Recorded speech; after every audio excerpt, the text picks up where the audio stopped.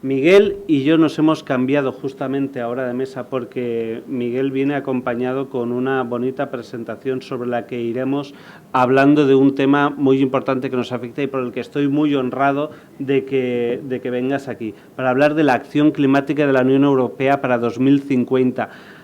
Sobre la ambición transformadora, como tú has titulado, pero me interesa mucho porque una de las cosas que hemos ido hablando en la entrevista y en los previos es que realmente todo este trabajo va a impactar en nuestra vida, en nuestro día a día, ¿vale?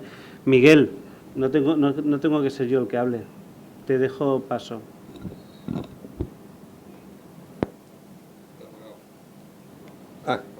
Pues muchas gracias, Miquel, muchas gracias a la Casa Mediterráneo por haberme invitado a participar en esta exposición, esta presentación sobre la acción climática en la Unión Europea. Y muchas gracias a todos los que están aquí presentes, que veo que demuestran un coraje y un interés muy especial en un día como hoy, con esta lluvia, este fresco en Alicante, y haber desafiado la lluvia para venir aquí precisamente a esta hora. Así que muchas gracias a todos. Muy bien, yo voy a presentar un poco las previsiones que tiene la Unión Europea y en particular uno de sus motores, que es la Comisión Europea, en materia de acción climática en los años y décadas que vienen. Y es una acción, o son unas intenciones y unos objetivos que, de llevarse a cabo, son verdaderamente transformadores y provocarán un cambio importante en las formas de nuestra vida, en las formas de nuestras actividades, tal y como las conocemos y a lo que estamos hoy acostumbrados, porque de lo que se trata es de lograr la descarbonización, que es eliminar, digamos, en gran medida las emisiones de gases de efecto invernadero, esencialmente de CO2, y esas emisiones hoy forman parte esencial de nuestra forma de conducirnos, de nuestra forma de vivir, aunque no las veamos, estamos continuamente en todo, desde lo que nos vestimos hasta en cómo nos movemos, hasta en cómo lo que... Hay que ser conscientes precisamente de que conseguir eso va a requerir muchas medidas, como comentábamos en la entrevista previa. Muchas medidas, empezando porque la vida, en esencia, está hecha de carbono. El carbono es el elemento esencial de nuestra constitución como seres vivos, y todo gira alrededor del carbono en la vida en la Tierra. Precisamente de ahí viene y ahí juega la absorción de CO2 por los bosques, porque de hecho los bosques, los árboles, la materia viva está hecha de carbono, y al crecer absorbe ese carbono de la atmósfera y lo fija. Lo malo es cuando después lo vuelve a soltar y vuelve a recircular y a pasar a la atmósfera. En fin, empiezo sin más divagaciones directamente sobre lo que yo quería presentarles. Voy a utilizar una presentación para intentar ser un poco más, ir un poco más directo al grano y divagar menos, porque la materia, desde luego, da para despistarse continuamente, porque por todas las partes aparecen elementos nuevos, etc. Bien, esto, a ver, pasa aquí, ¿verdad? Así. Bueno, vamos a hacer un poco un repaso. Aquí le presento una estructura un poco de lo que vamos a ver. Vamos a hacer unos flashes o unos destellos un poco para darnos idea de cuáles son los impactos del cambio climático en sí mismo sobre nuestras vidas. Vamos a ver a continuación en qué se fundamenta la política de clima en la Unión Europea. Vamos a revisar también ligeramente lo que es los principales elementos del Acuerdo de París, o las principales obligaciones, si es que podemos llamarle obligaciones del Acuerdo de París, porque es un poco el marco y el motor que está orientando toda la acción en la Unión Europea, en España desde luego, en la Unión Europea y más allá, en materia de clima. Y a partir de ahí vamos a entrar ya en unos elementos, digamos, más concretos, como es la estrategia de reducción de emisiones a largo plazo en la Unión Europea.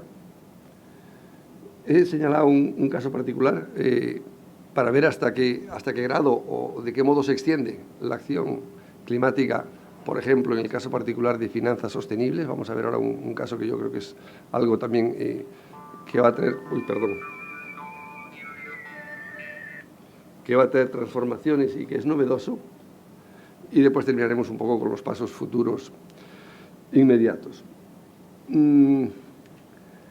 En cuanto a impactos, bueno, en los impactos del cambio climático, yo creo que todos hemos oído hablar por todas partes de los impactos del cambio climático, del aumento de fenómenos meteorológicos adversos, de aumento del calor, aumento de la sequedad, según el lugar del mundo, etcétera. Está muy estudiado, lo dice en muchos sitios el panel intergubernamental sobre cambio climático, el famoso IPCC, que hace los estudios científicos que dieron lugar a toda la base científica de la política de clima, etcétera. Yo he traído aquí a colación solo 2 o 3 por señalárselos.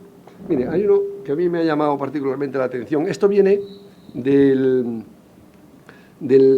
la base científica de la estrategia de emisiones a largo plazo de la Comisión. Y venga aquí, fíjense, distribuye mide impactos en 2 columnas. Una de ellas es esta que pone a 2 grados y esta que pone, perdón, a 1 grado. El 2 grados y 1 grado quiere decir en un escenario en el cual la temperatura de la Tierra no subiese más allá de 2 grados en este siglo y el otro que no subiese más allá de 1 grado. Por decirlo así, el objetivo de 1,5 grados es evidentemente un cambio menor que la de 2 grados. Bien, en el escenario de 2 grados, que es el que más se acerca al objetivo más vinculante de París, fíjense que cuando habla de los arrecifes de coral, se estima que van a desaparecer de aquí a 2100 más del 99% de los arrecifes de coral en ese escenario. Fíjense el grado de impacto.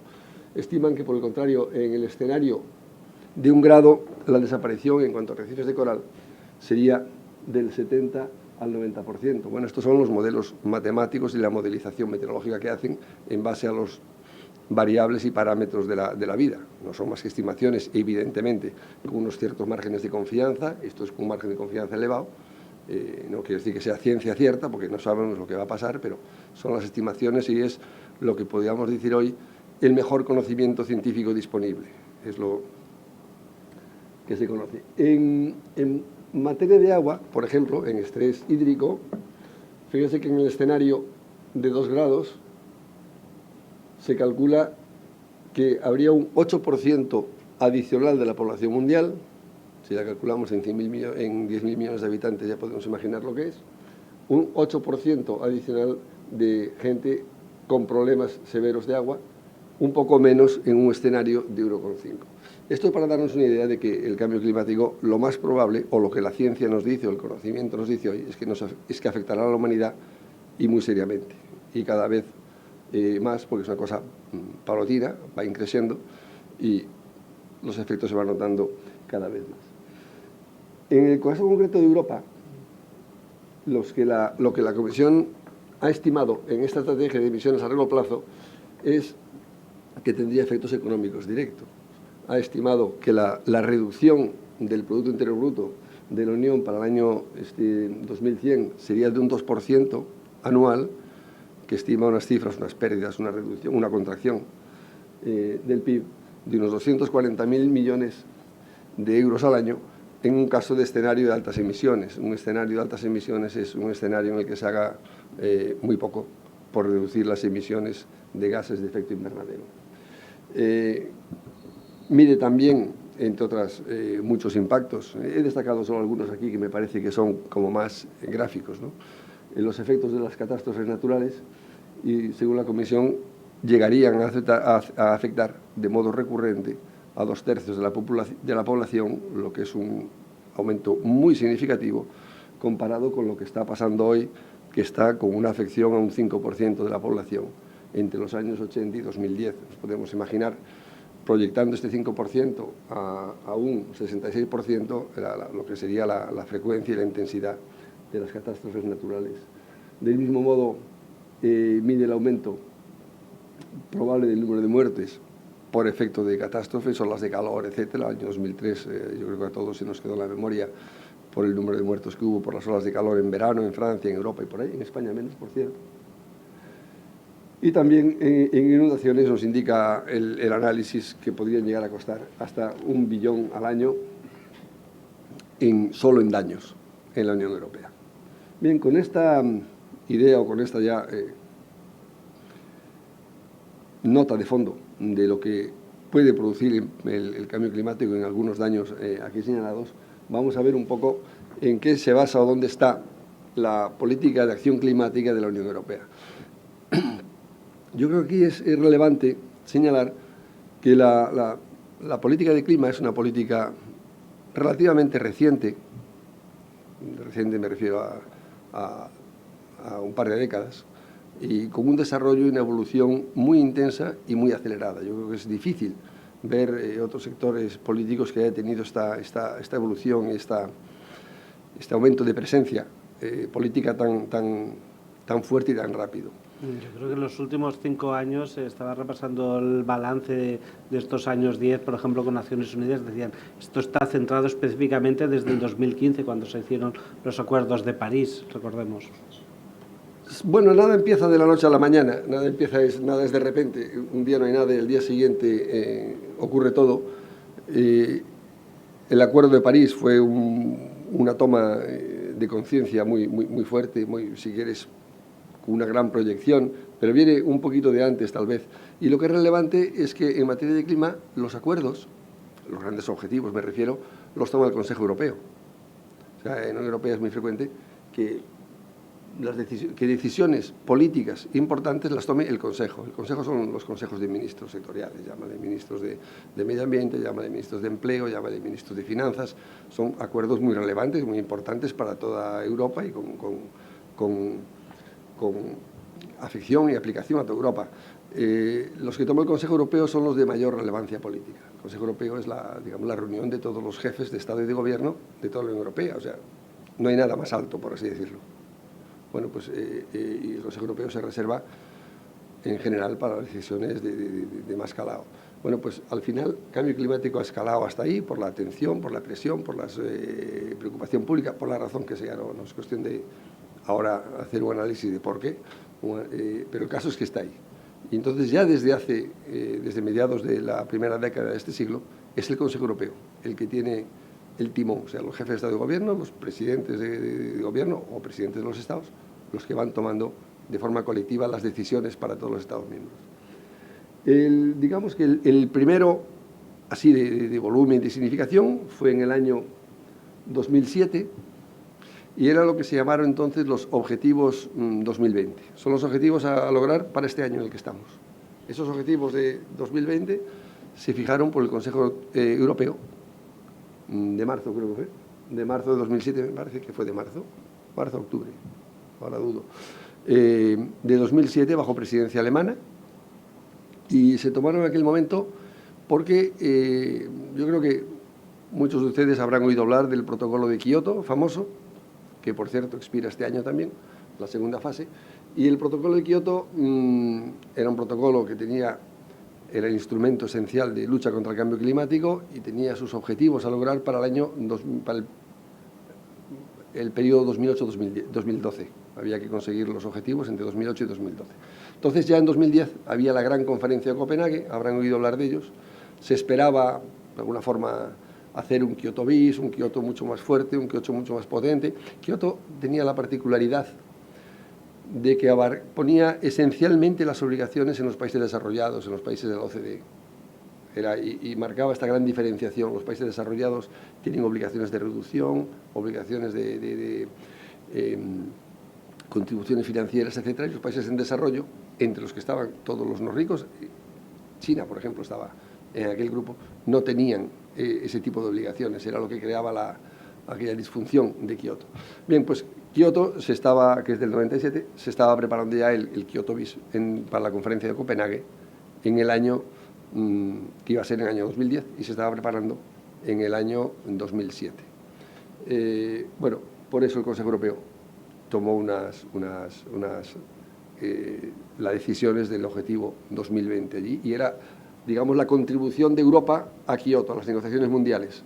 se iban a Copenhague y Europa iba diciendo, mira, yo voy a hacer todo esto, esperamos que los demás países hagan otro tanto. Bien, Copenhague fue se puede decir, sí, fue un fracaso, no se consiguió superar la división y el enfoque aquel, países ricos, países pobres, los ricos hacen más, los pobres hacen menos o no tienen obligaciones, voló por el aire. Copenhague terminó sin ningún acuerdo y de ahí dio lugar a un par de años de vacío, la reflexión que hacemos, que hace la comunidad mundial en materia de clima, si ya no tenemos este instrumento, y fue de ahí como salió el Acuerdo de París, al que iremos un poquitín después. Pero en preparación para esa cumbre, no me extiendo más, el Consejo Europeo decidió los objetivos famosos de hoy, de 2020, que eran los objetivos que llamaban 20-20-20, que es un 20 de reducción de gases de efecto invernadero, hablamos reducción con respecto al año 1990, o sea que en el 2020 el objetivo era que emitiéramos un 20% menos de gases de efecto invernadero, esencialmente CO2, pero no solo, hay 6 gases de efecto invernadero, un 20% de contribución de renovables a la energía y un 20% de mejora en la eficiencia energética. Ese 20-20-20 eran los objetivos del año 2020 del Consejo Europeo. Por cierto, que en esos objetivos, en materia de reducción de gases de efecto invernadero, Europa ya lo ha logrado. Ya el año pasado estaba, con datos del 2018, estaba en una reducción, me parece que del 22 o el 23%, o sea que en reducción de emisiones estábamos bien. En renovables, el conjunto de la Unión, que tenía que tener un 20% ahí. Y en eficiencia energética, pues íbamos bien, pero yo no sé ahora mismo cómo estamos, pero andábamos cerca del 20% de mejora en la eficiencia energética. Bien, pues del 2007, el Consejo Europeo vuelve a tomar el timón en el año 2014, esta vez sí en octubre del año 2014, y es para la contribución o lo que va a presentar Europa al Acuerdo de París. A estos acuerdos mundiales, a estas citas mundiales, siempre va cada uno con sus, digamos, los esfuerzos que presenta. El caso de Europa, que siempre, que es que es la organización como Organización de Integración Económica, que es la comunidad económica líder en esta materia, va siempre intentando arrastrar a los demás y siempre con objetivos ambiciosos. Y los objetivos que la Unión Europea se presentó y adoptó y hoy están en vigor para el año 2030 son los objetivos de reducción de un 40% en gases de efecto invernadero. Fíjense cómo es el salto. En el año 2020 el objetivo es reducir un 20% las emisiones con respecto al 90, o sea, tenemos del 90 al 2000, 2000 al 10. En 30 años las emisiones se reducen un 20% y la reducción, el objetivo es doblar la reducción al 40% en 10 años más. O sea, el aumento del ritmo de reducción es muy considerable. El objetivo es también del Consejo Europeo, era un 27% de energías renovables, que después en los debates en el Consejo se aumentó un 32%, y un 30% de eficiencia energética, que también en las discusiones del Consejo, lo que son los instrumentos legislativos, superaron al Consejo Europeo y se llegó a un 32,5%. Hoy día, a principios del 2020, tenemos ya en instrumentos legislativos toda la legislación en marcha y todas las normas en marcha para lograr esos objetivos de 2030. Y así tenemos todo lo que es el comercio de emisiones para las industrias, las grandes industrias emisoras fijas. Así tenemos las emisiones de reparto de esfuerzos que cubren las obligaciones en todos los Estados miembros para lo que no son grandes instalaciones fijas. Y estos son pues instalaciones industriales menores o pues toda la cuestión de transporte, vehículos, calefacción, agricultura, etcétera. Eso es lo que llaman los sectores más o menos difusos, aquellos que no tienen una chimenea a la que atribuir las emisiones.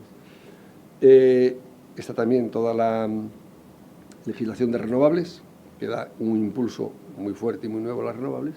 Y una cosa muy buena, muy importante también, que es lo que señalo aquí como esta gobernanza, que es un reglamento que establece las obligaciones de los Estados miembros sobre cómo tienen que hacer los planes para llegar a los objetivos estos 2030. Esto oirán ahora, se oirá, yo supongo que se oirá mucho en las semanas que vienen, porque es lo que llaman, lo que cada Estado miembro tiene que hacer un Plan Nacional Integrado de Clima y Energía.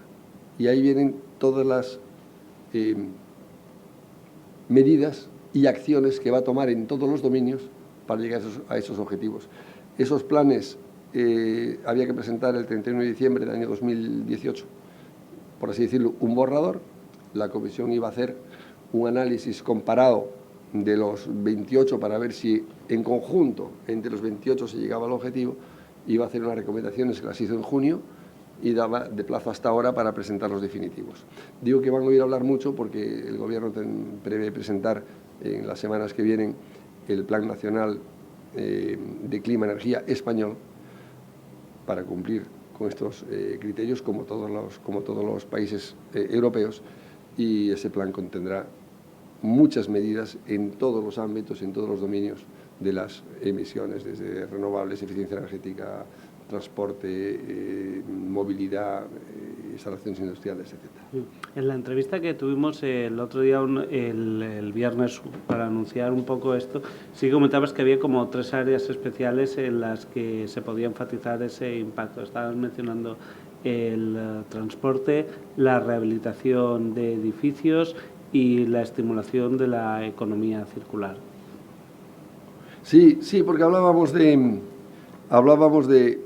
en qué iba a notar nosotros como ciudadanos en la vida diaria. Íbamos a notar esto, porque se notan muchas cosas. La energía se nota desde el precio de la energía o de la electricidad hasta todo, pero en materia concreta, no sé, habíamos seleccionado que era muy tangible, o se podía ver de forma muy clara, por ejemplo, en la cuestión de circulación y coches, cómo iban a ser nuestros coches del futuro. También se iba a ver de forma muy fácil en lo que es la eficiencia energética, la renovación, el aislamiento de edificios, tanto en aislamiento, pensemos en verano, aires acondicionados, aislamiento térmico, como en verano aportación de calefacciones, etc. Hay que pensar que la mayor parte del parque de edificios del año 2050 está hoy construido ya, la grandísima mayoría. Y si se quiere pensar en unas mejoras de eficiencia energética que forman parte del paquete de los objetivos y son parte esencial de lograr la reducción de emisiones, hay que pensar que hay que actuar en esos edificios que hoy ya están construidos, en nuestro piso, en nuestra casa, en nuestro... En fin, por eso decía que se tocaría. Y también economía circular en la materia en que se gestionan los residuos, se producen materiales, se intenta reducir residuos, se intenta alargar la vida de los productos existentes. En fin, habíamos seleccionado eso como 3 ejemplos de algo que era como más tangible, ¿no? Bien, otra de las cosas que quería señalar para ponernos en escena es lo que es el Acuerdo de París, que es un poco el motor de todo esto. Bien, el Acuerdo de París, digamos que la primera característica que tiene, que es muy importante, es que el Acuerdo de París sale de aquella categorización entre países desarrollados que tienen obligaciones y hacen cosas y los menos desarrollados que tienen menos o no hacen, a un acuerdo que es universal, en el que todo el mundo tiene que hacer lo mismo. Todos tenemos que hacer, desde el más pobre hasta el más rico. Bueno, ahora Estados Unidos no, porque Estados Unidos acaba de salir. Anunció que se salía del Acuerdo de París, notificó, conforme a las previsiones del propio acuerdo, su salida, y ahora, por el momento, hasta que no vuelva a entrar, si vuelve a entrar algún día, por el momento Estados Unidos está fuera. Pero todos los que están dentro tienen obligaciones similares, y vamos a ver cuáles son las obligaciones. Y eso es algo muy importante, porque, de hecho, lo que producía el esquema de Kioto es que producía un efecto de que uno no andaba porque el otro no andaba suficiente y el otro no andaba porque no andaba el primero. Y aquí lo que provocara era una carrera a la baja para los que no eran signatarios. Y para sumarse al acuerdo, a la parte de Kioto, pues Estados Unidos no quería sumarse porque China no estaba dentro, y China decía que por qué iba a hacer si el otro que emitía más y que históricamente había emitido más, tampoco estaba y no hacía porque no hacía el chino. Aquí era un círculo que al final no se salía. El Acuerdo de París rompe esa mecánica y es una obligación para todos. Y bien, es una obligación que tiene una dimensión voluntaria, no la perdamos. Sí, hay una cosa que quería puntualizar con eso del ejemplo de Estados Unidos, que lo mencionamos también, y es que aunque en este momento se haya salido, recordemos que tú decías, es la administración federal, pero hay estados y allí en la organización administrativa que tiene, por tanto, es muy importante el poder que tiene un estado. California, por ejemplo, lidera ese trabajo de sí que quieren seguir el Acuerdo de París y que incluso ciudades y empresas sí que quieren aplicar esas reglas. Y que también hay que pensar que estamos en 2020 y que todo esto está pensado para el 2050, con lo cual hay tiempo de que pueda volver a entrar. O sea, que es que a veces parece que se piensa como que uno se sale y ya... Bueno, es cierto, es muy cierto y muy apropiado lo que mencionas, Miquel, porque efectivamente el mundo en Estados Unidos no se acaba en el gobierno federal. Hay muchas de estas competencias que son no federales y desde luego hay muchos estados que siguen con obligaciones, que siguen con compromisos, que siguen con legislación propia de reducción de emisiones. Hay muchas empresas que están también voluntariamente con compromisos en este campo y también muchas ciudades. O sea que en absoluto se puede decir que Estados Unidos no haga nada, porque sí hay una parte importante de Estados Unidos que está haciendo y muchas cosas. De hecho, hubo una reunión, yo creo que fue en septiembre del año pasado, de un gran movimiento movido por Bloomberg, me parece, y luego por la fundación esta de Al Gore y más, digamos, actores económicos en Estados Unidos, que se llama algo así como... ¿Cómo se llama? Algo así como Yo sí me ocupo de París o Yo sí quiero, o una cosa así. Tuvieron una gran conferencia en California, creo que fue en San Francisco en septiembre pasado, y lo que venían a hacer era a mostrar cómo entre todos los participantes, ciudades, estados y empresas, podían en sus compromisos de reducción llegar a mantener el compromiso que había asumido Estados Unidos en París en la era Obama. O sea que, en fin, no se puede decir que Estados Unidos así simplemente esté fuera. Es una pena que esté fuera porque era un actor importante, pero está trabajando de otro modo y, bueno, como dice Miquel, aquí hay muchos años por delante, habrá muchos cambios presidenciales en los momentos que sean y veremos qué determinaciones y qué actitudes va tomando la sociedad americana y los representantes americanos en el futuro, en los tiempos que vengan. Quiero con ello decir que es difícil pensar que las cosas son estáticas, porque no lo son. Bueno, pues volviendo a París, el primer elemento es que la participación es universal. El mecanismo se aplica a todos los países que lo han firmado, que son como unos 198 los que lo han ratificado, o sea, prácticamente todo el mundo. De los últimos fue Rusia, que ratificó hace poquito. Y París tiene un objetivo universal, que es que la temperatura se quede, dicen well below, dicen bien por debajo de los 2 grados centígrados en este siglo, combinado con que se hagan esfuerzos para que no supere el 1,5. Con lo cual ahí se está intentando quedarse en el 1,5. Y ahora veremos cómo la Unión Europea interviene en ello. El segundo elemento objetivo de París importante es la neutralidad climática. Entonces, París lo que dice es que, lo dice de acuerdo con el IPCC, con la ciencia, que para mantenerse bien por debajo de los 2 grados hay que llegar a la neutralidad climática, París dice, en la segunda mitad del siglo. ¿Qué es la neutralidad climática? La neutralidad climática quiere decir que las emisiones de gases de efecto invernadero que salgan a la atmósfera queden compensadas por las absorciones, de tal forma que el balance al final sea neutro. Es decir, que si yo termino, después de todas mis reducciones que haya, emitiendo 1 gigatonelada, pues que yo me absorba esa gigatonelada, para que el balance, por así decirlo, sea cero. Claro, como las absorciones son a día de hoy y con la tecnología existente son forzosamente limitadas, en lo que se pone más el acento y más fuerzas en la reducción. Ahora bien, considerando que la reducción es muy difícil, le hace prácticamente imposible que en la reducción lleguemos a tener una sociedad con emisiones absolutamente cero. habrá algunas marginales, pero habrá emisiones. Ahí es donde tienen que jugar las absorciones. Y ese es el concepto de neutralidad climática.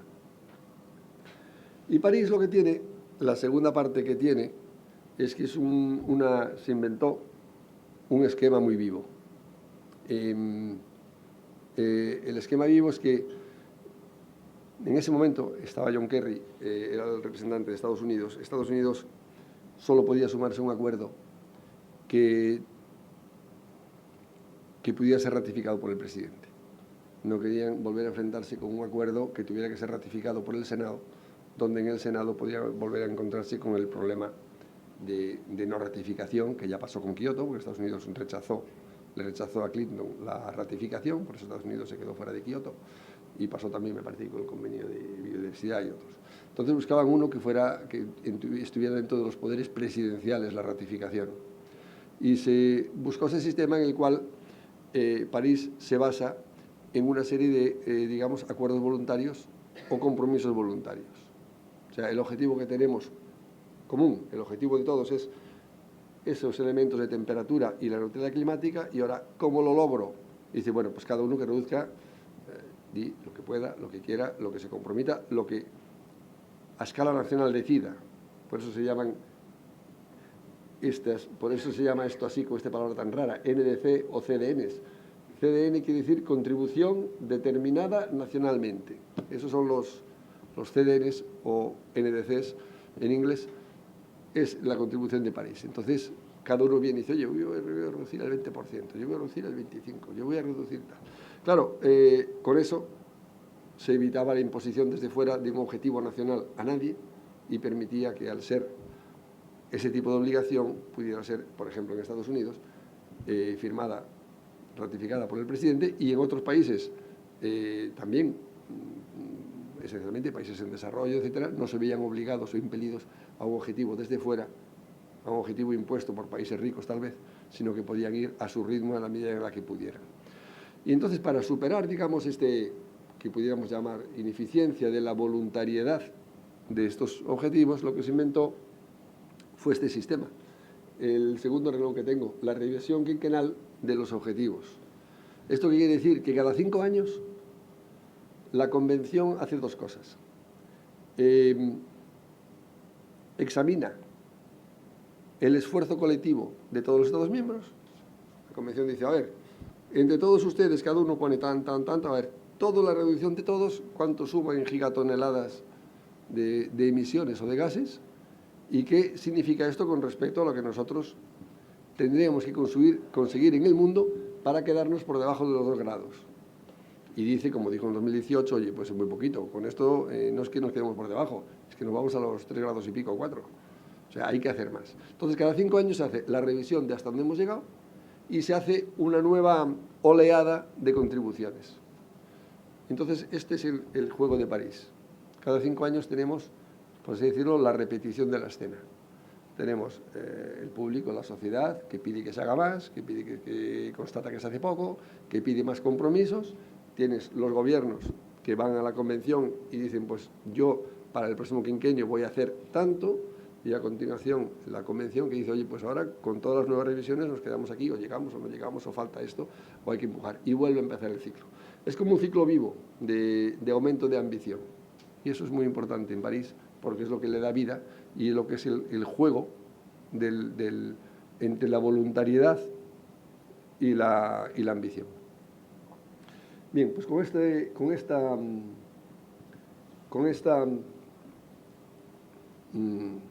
resumen o con esta visión panorámica tenemos las herramientas para entender un poco qué es lo que hace el Acuerdo de París. Y con esto hemos visto los 3 primeros elementos, los impactos, los fundamentos de la política, lo que es el Acuerdo de París, y vamos a pasar a ver ahora un poquito de bien por encima lo que es la estrategia de la Unión Europea de reducción de emisiones a largo plazo. Déjame solo señalar un apunte, y es que otra de las cosas que prevé París, junto con aquellas contribuciones nacionales a medio plazo, que son estas a 5 años, prevé también que este año 2020, todas las partes de la Convención presenten una estrategia de reducción de emisiones a largo plazo. O sea, no solo me vale, dice París, con que me digan qué vamos a hacer en los próximos 5 años o 10 años, sino que a largo plazo, a 20, 30, 40 años, qué prevé hacer cada uno. Esa es parte del ejercicio que está haciendo cada una de las partes. La Unión Europea lo hace, la Unión como parte del Acuerdo de París, y también lo hará España como parte del Acuerdo de París, porque España, además de miembro de la Unión Europea, es también como Estado es parte de París. O sea que también haremos una estrategia de emisiones a largo plazo que también se presentará y el Gobierno preverá para este año. Bien, pues si nos metemos en la estrategia de la Unión, la Comisión presentó en noviembre de 2018 un análisis, que es este que veo aquí, la comunicación sobre una posible estrategia a largo plazo, en el cual la Comisión hace un análisis de qué es lo que habría que hacer para llegar a la reducción de emisiones. Fíjense que cuando salió esta estrategia en noviembre de 2018, fue muy poquito después de la presentación de otra cosa, de otro informe que hizo el IPCC, y es que el Acuerdo de París, ¿se acuerdan que el objetivo era quedarse por debajo de 2 grados y hacer esfuerzos para llegar a para no superar 1,5? Al tiempo que acordó eso, le encargó al IPCC que hiciera un estudio de qué es lo que había que hacer para quedarse por debajo del 1,5. Ese estudio, para no superar el 1,5 grados, el IPCC lo presentó un poco antes, y la Comisión, sobre la base de ese estudio del IPCC, ese análisis científico de qué habría que hacer o dónde estaríamos en emisiones para quedarnos en el 1,5, sobre la base de ese estudio la Comisión presentó esta estrategia de emisiones a largo plazo. Aquí, en 2 palabras, voy a explicar aquí, bueno, la Comisión lo que hace aquí no propone una estrategia concreta de hay que hacer esto, sino que la Comisión oferta o presenta un abanico de opciones de qué hacer. Y la Comisión presenta 8 escenarios. Estos primeros no me voy a detener en ellos, estos primeros 6 llegan a unas reducciones, aquí pone objetivo en 2050, llegan a unas reducciones o del 80 o del 90% de las emisiones en el 2050, no me detengo a ellos porque son, por así decirlo, insuficientes, para ser compatible con no subir del 1,5 grados. Se entiende el IPCC, que la neutralidad climática no hay que alcanzarla en la segunda mitad del siglo, como decía París, sino en el año 2050. Y esta es un matiz muy importante. ¿Cuándo llegamos a la neutralidad climática? En la segunda mitad del siglo, esto es entre el 50 y el 2100 o antes. El IPCC dijo que hay que llegar que debe ser en 2050. Por eso, estos 2 objetivos, el del 90 y el 80% de reducción, no valen, no llegan al 100%. Y me fijo en este objetivo. Para el objetivo de 1,5 grados, la Comisión estudia da 2 escenarios, uno muy tecnológico, que es este, y que llega a la reducción del 100%, y otro que es este, el de la derecha, que es menos tecnológico, pero tiene aquí un matiz, y este lo asocia a cambios muy importantes de comportamiento. Es decir, si la tecnología se desarrolla menos, si avanzamos menos en cuestiones desde combustibles hasta almacenamiento de carbono, etcétera, pero cambiamos el modo de vida, podemos llegar también. Entonces aquí, en pues la Comisión encierra estas cuestiones de la dieta, la alimentación y tal, que bueno, probablemente sean más difíciles todavía de conseguir o de lograr, o más improbables que el otro. Yo me voy a centrar solo en este, que es el más tecnológico, y que ya con las tecnologías en marcha yo creo que va a producir también a su vez cambios de actitud importantes. Entonces vamos a ver, dentro de este escenario de cómo entiende la Comisión que se llegaría a la neutralidad climática en el año 2050 con un paso tecnológico, vamos a ver algunos elementos que son más importantes o más destacados. A ver, ¿cómo andamos de tiempo? Son las 8:30. Quiere decir que tenemos que 10 minutos. Un cuarto de hora. Hay que acelerar. Mucho. Hay que acelerar como lo que quiere hacer la Unión Europea con la política respecto Mucho, pues a sí, esto. vamos a acelerar mucho. Mira, este es el escenario que presenta la Unión Europea en emisiones. Nos sirve para ver, nos da una foto muy buena. Mira, aquí estamos a hoy, el 2020. Aquí vemos, por ejemplo, el amarillo. ¿De dónde viene el origen de las emisiones en Europa? Fíjense aquí. El amarillo, pues la energía. Emisiones para la producción de energía. Se refiere esencialmente a combustibles fósiles y demás. Emisiones de la industria, el azul. El marrón, emisiones del transporte, esencialmente transporte por carretera, también transporte marítimo y aviación. Cuando llegamos a 2050, a la neutralidad climática, miren a dónde se encoge todo. O sea que, fíjense que, por ejemplo, las emisiones de energía prácticamente desaparecen. Uno se puede preguntar, bueno, ¿y cómo vamos a hacer? Las emisiones del transporte, poco menos que se desaparecen. Aquí hay esta parte, que son emisiones positivas que se van a la atmósfera y que llegan a la neutralidad en el escenario combinándolo con absorciones. Está aquí en grande esto. Estas absorciones combinado con estas emisiones es lo que da la neutralidad cero. Es un poco, yo creo que es un gráfico que ilustra bien de dónde venimos allá en emisiones y a dónde hay que encogerse o cómo hay que encogerse para llegar a este escenario. Miren, este es uno también muy gráfico en materia de eficiencia energética. Los edificios, los había comentado antes, la edificación es prácticamente el 40% del consumo de energía hoy. En edificación, la estimación del escenario, Claro, por eso tú comentabas que actuar en los edificios es fundamental, porque es una de las maneras de conseguir llegar a esa fíjese la comisión en donde está. En el escenario que teníamos, que es el escenario del 1,5, el tecnológico, fíjese en lo que es bolita azul, que es la energía consumida en residencial, lo que le asigna una reducción del 55%. O sea, fíjense lo que es la importancia que tiene la reducción y la actuación en el parque de edificios. No es por ello de extrañar que en el Pacto Verde, que mencionaré después por encima, la Comisión haya identificado la renovación en materia de edificios como un elemento clave y haya indicado que una de las iniciativas importantes que va a tomar el Pacto Verde es lo que llama una nueva ola de eficiencia energética y de renovación. La Comisión estima que hoy se renueva en Europa entre el 0,4 y el 1% anual de la edificación pública y privada, y entiende que hay que más que duplicar la tasa del 1 y pico % anual. Entonces va a lanzar todo lo que llama la nueva ola, pues va a lanzar movilización de instrumentos financieros, va a movilizar plataformas para poner en conexión administraciones, ciudadanos, arquitectos, empresas de servicios que generan las transformaciones necesarias a base de lo que recuperarlo después en los ahorros de las facturas de energía, etc. Veremos qué da de sí esa ola, pero esto quería traer la consecuencia para que vean en materia de renovación de edificios el enorme esfuerzo, el enorme potencial que encierra la renovación.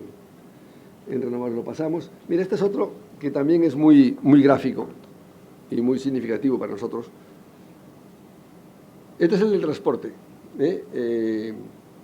Fíjense dónde estamos. Aquí estamos en el año 2015.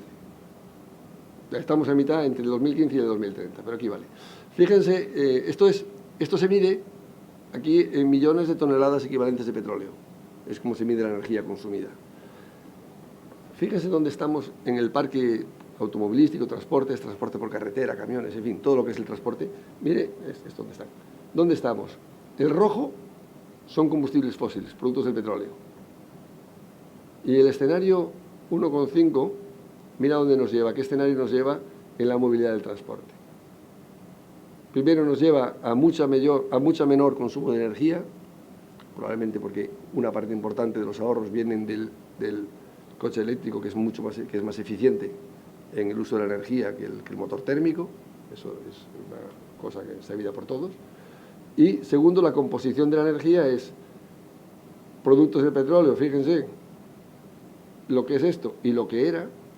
Esto es como ve la Comisión, la reducción en el uso de motores térmicos y el uso de otras alternativas. Bueno, evidentemente deja una parte de motores basados en productos del petróleo. Por ejemplo, esa es una de las emisiones que hay que compensar cuando hablábamos de la compensación en emisiones negativas. Y después lo otro se viene a biocombustibles, a unas soluciones que no están desarrolladas, es lo que llama líquidos. Los líquidos, a ver si lo puedo explicar sin meter mucho la pata de una forma así sencilla. Estos son los líquidos y gases. La E viene de eléctrico, viene a ser como la producción de un combustible tipo gasolina, tipo petróleo, sintético a partir de electricidad. Por así decirlo, estos productos son esencialmente carbono e hidrógeno. Bueno, lleva un gran componente de estas moléculas. Lo que se trata es de, con electricidad y mediante electrolisis, sintetizar hidrógeno, y una vez que se tiene el hidrógeno, combinar el hidrógeno con CO2 capturado del aire y se forman las moléculas de combustible. Y esas moléculas son las mismas que las que aparecen en el petróleo. Sería el mismo tipo de combustible, solo que no tendría emisiones, porque la parte de carbono fue capturado de la atmósfera y la parte de hidrógeno venía de electrolisis generada pues, con electricidad procedente de renovables o de biomasa, y ese ejercicio es neutral en carbono y daría un combustible que al mover el coche o el elemento de transporte que fuera no emitiría, no aumentaría las emisiones o no aumentaría los gases de efecto invernadero. Miguel, cuando comentábamos esta diapositiva en concreto, una de las cosas que te recordaba y que es lo que me provoca, digamos, cierta preocupación es que decías, como tú bien has mencionado en la conferencia, el cambio para la neutralidad climática no se hace de un día para el otro. Tenemos que estar aplicando ya medidas en 2020 para que en 2050 ya estemos en ella. La fe que tiene del cambio que habrá de 2040 al 2050 es grande, porque en 2030 yo creo que aún es realista esa dependencia que vamos a tener del petróleo. En 2040 ahí aparece que también sigue siendo alto, aunque por fin ha bajado ya de alguna manera, pero la de 2050 me parece no, bueno, esta, complicada. Vamos a ver, espérate, esta no es 2040. Esta es donde estaríamos en el 2050 si no se hace nada. Vale. Esto es, si no se toman medidas adicionales. Las medidas que se están tomando ahora es pues todo el tren que se está tomando de medidas de electrificación, todo el fomento del vehículo eléctrico, todo lo que está cambiando en imposición de un vehículo a otro, impuestos, tal, facilidades de circulación en ciudades, etcétera, todo lo que está viniendo pues con el desarrollo de la fabricación de baterías a escala europea que están invirtiendo masivamente, etcétera. Y fíjate que aquí lo que atribuye el estudio de la comisión le atribuye al coche eléctrico esta porción en términos de energía, lo cual no quiere decir en términos de coches. En términos de coches más, porque el coche eléctrico es más eficiente. Esto lo mide en términos de energía. Esta parte al coche de hidrógeno y después combustibles neutros y esta parte en petróleo. Quiero decirte que lo que aventura o vaticina o alumbra el estudio de la estrategia de la Comisión son cambios sustanciales. En el Pacto Verde la Comisión incluso ha llegado a ir más allá. La Comisión del Pacto Verde de alguna forma apunta a por caminar hacia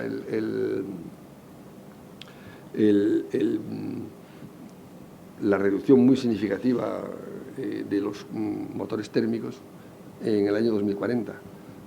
Evidentemente nada se hace de un día para otro, pero las medidas que Europa va a ir tomando parece que van a apuntar en esa dirección y hacia un reemplazo de las flotas o hacia un deslizamiento de las flotas y movilidad hacia otras cosas que hoy son menos habituales. Bueno, esto no me entretengo más. Iba a mostrar, ya les he hablado un poco de lo que es las emisiones negativas, pero con el tiempo que tenemos ni hablamos más de esto. Lo bueno de esto, y es una cuestión que es importante comentarla, y sí me gusta el comentar esto, es que los grandes críticos, los mayores, digamos, más reticentes a avanzar, me refiero a Estados miembros, a países, a partes, en materia de cambio climático, es que dicen que es malo para la economía y que la economía pierde y etcétera. Bueno, evidentemente, en esto, como en cualquier cambio y en cualquier transformación, hay perdedores y hay ganadores. Eso nadie lo duda. Pero eso no quiere decir que la comunidad, la sociedad, el país en su conjunto pierda. Y este gráfico es útil porque esto muestra, y se utiliza mucho frente a otros países, empezando por Estados Unidos y cualquier otro, que la lucha contra el cambio climático no significa necesariamente ser más pobre, ser menos rico o ir para atrás. Y este gráfico es útil porque, fíjate, aquí viene, hasta aquí es donde estamos hoy, hasta aquí es donde estamos hoy. Y aquí viene y muestra cómo la Unión Europea ha sido exitosa en separar y desvincular el crecimiento económico y el PIB de la reducción de emisiones. Porque los más, digamos, críticos dicen que no, que si reducimos las emisiones, si la economía, si una sociedad reduce las emisiones, eso lleva necesariamente una reducción de la actividad económica, de los sectores económicos, una reducción del crecimiento. Pues aquí se ve que no.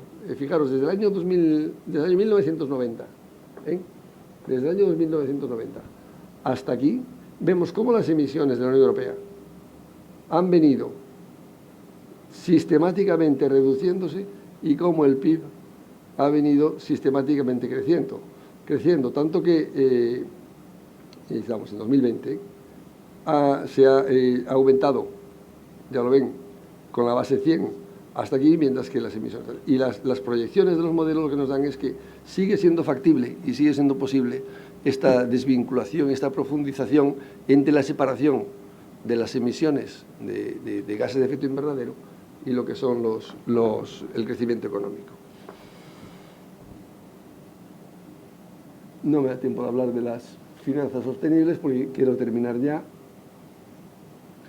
con lo más importante, digamos, o lo más reciente que tenemos ahora en Europa y que es, si puedo decirlo, una aceleración mayor a todo lo que venimos viendo hasta ahora. Ya dije que la Comisión había presentado esa estrategia a largo plazo con un escenario que a fin de cuentas no es vinculante, es solo un análisis de cómo sería o cómo se podría llegar a la neutralidad climática en 2050. Bueno, de hecho presentó varios escenarios, como visteis. Bien, pues se ha ido más allá. El Consejo Europeo de diciembre de 2019, el 12 de diciembre, adoptó ya formalmente el objetivo de neutralidad climática en 2050. O sea, la Unión Europea es la primera organización en el mundo y en la historia, obviamente, que adopta este objetivo de neutralidad climática para 2050. Porque hubo algún país que la adoptó, no sé si Maldivas o algunos países de estos, algunos estados insulares de estos con mayores problemas en emisiones, no sé si Costa Rica también. Hubo algunos que ya la adoptaron, pero como una organización, como una gran organización de países desarrollados con un gran peso industrial, etcétera, la Unión Europea fue la primera. Y ya está adoptado, que es lo más importante. Esto quiere decir que con ese objetivo, por parte de la Unión Europea, adoptado por el Consejo Europeo, se pone en marcha todo un mecanismo, digamos, muy sólido, muy robusto y muy continuado de avanzar en todos los campos. Junto con el objetivo de neutralidad climática, acordó el Consejo Europeo que la adopción que se adopte, hay que hacerlo ahora, la estrategia de emisiones a 2050. Ojo, porque esto viene, en los meses que viene vendrá la estrategia. Y la revisión del NDC. Y aquí nos metemos a su vez otra vez en otro bucle o en otro círculo de aceleración muy importante. El NDC o CDN que habíamos señalado antes, recordarán que el nuestro era el de el 40% de reducción de emisiones para 2030, 40% de reducción de emisiones, siempre hablamos con respecto al año 90, un 32% de renovables y un 32,5% de eficiencia energética. Bien, ahora en 2020 el Acuerdo de París establece la primera revisión de los NDCs y hay que revisar el NDC, hay que revisarlo de 2030 y comunicarlo. París te permite comunicar el mismo, no te permite ir para atrás, pero te permite comunicar el mismo, o sea, repetirlo, o decir voy a hacer más. Bueno, lo importante de esto es que a su vez la presidenta von der Leyen cuando asumió la presidencia de la Comisión, se comprometió a subirlo al 50% y analizar cómo se puede lograr incluso el 55%. O sea que fijamos dónde estamos. Estábamos en 2020 llegando al 20% con respecto al 90%, tenemos un objetivo para 2030 de reducir el 40% y estamos ya a punto de presentar una nueva revisión para que ese 40 no sea un 40, sino un 50, léase un 55. Si tenemos en cuenta que el objetivo del 40, los de 2030, el del NDC actual, suponía todo el paquete legislativo que tenemos en marcha ya adoptado, que se adoptó el año pasado, significa que si subimos del 40 al 50 o al 55, como propone la Comisión, hay que revisar toda esa legislación, porque la que se queda, la que hay es insuficiente. La Comisión ya anunció que el año que viene, en 2021, va a volver a presentar propuestas de modificación legislativa para subir, a su vez, el NDC. Fíjense el círculo este de aceleración continuada de objetivos, de esfuerzos y de modificación legislativa, que a su vez también eso, en cierto modo, sí, es cierto, responde a una necesidad de responder al cambio climático y de intentar evitar que los daños crezcan excesivamente. Es difícil pensar evitar todos los daños, se puede intentar evitar que crezcan mucho, pero a su vez, fíjese que cambio continuado de normativa y de aceleración en ciclos tan cortos, ¿no? ¿Qué está pasando? Y el otro elemento importante en relación con esto que se acordó es el Pacto Verde Europeo, que lo tiene aquí, lo están viendo por la prensa estos días. El Pacto Verde Europeo es algo que también anunció el Green Deal, que anunció la presidenta von der Leyen, como que era la nueva estrategia, lo anunció así ella, de crecimiento y de empleo. Es decir, que su estrategia de crecimiento de la Unión Europea para los próximos 5 años es el Pacto Verde. Y el Pacto Verde tiene a su vez un montón de cosas. Pero Miguel, ese montón de cosas creo que va a tener que quedarse para tu próxima visita a Alicante. Fíjate lo que tiene, en 2 palabras, tiene lo que llaman ellos una ley europea de clima, que va a presentar en marzo de este año, una ley que lo que va a decir es meter en ley, ya no en declaración y compromiso político del Consejo Europeo, sino en una ley, el compromiso de la neutralidad climática. Lo de la ambición, el aumento de la ambición que lo señalé.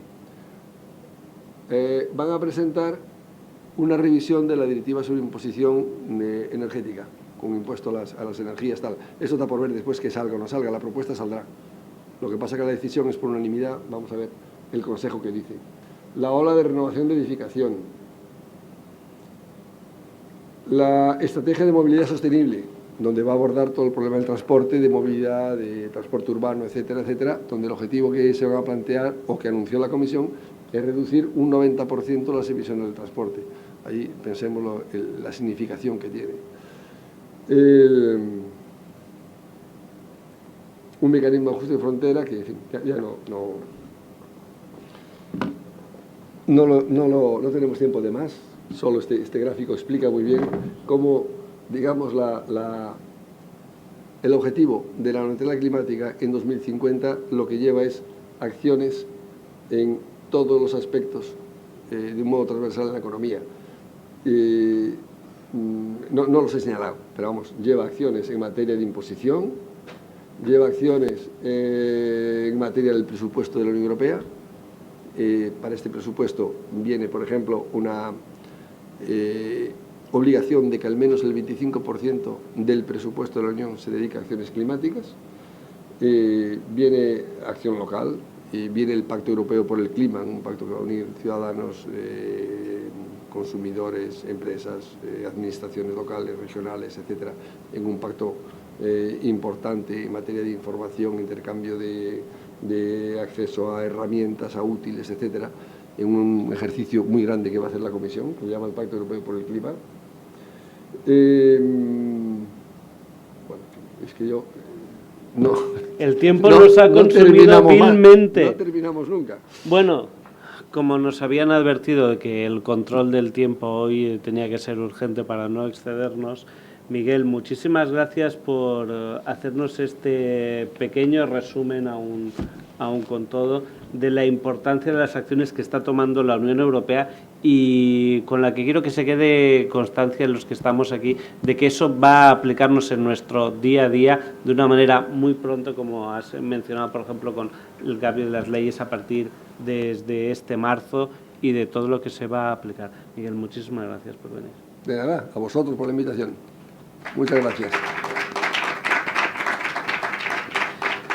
Y a vosotros muchísimas gracias por haberos acercado, porque como ha dicho Miguel, sois como pequeños héroes teniendo en cuenta cómo ha salido la tarde de lluviosa y de complicada. Ya sabéis que el ciclo de Voces contra el Clima seguirá, así que esperamos poder confirmar la nueva cita de febrero. Muchísimas gracias.